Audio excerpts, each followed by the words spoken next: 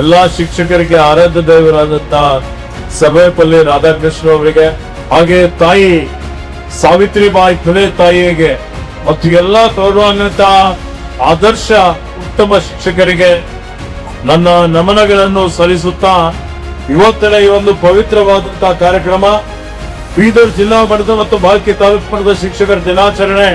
ಈ ದಿನಾಚರಣೆಯಲ್ಲಿ ಪೂಜ್ಯ ಬಸವಲಿಂಗ ಪಂಡದೇವರು ಬರಬೇಕಾಗಿತ್ತು.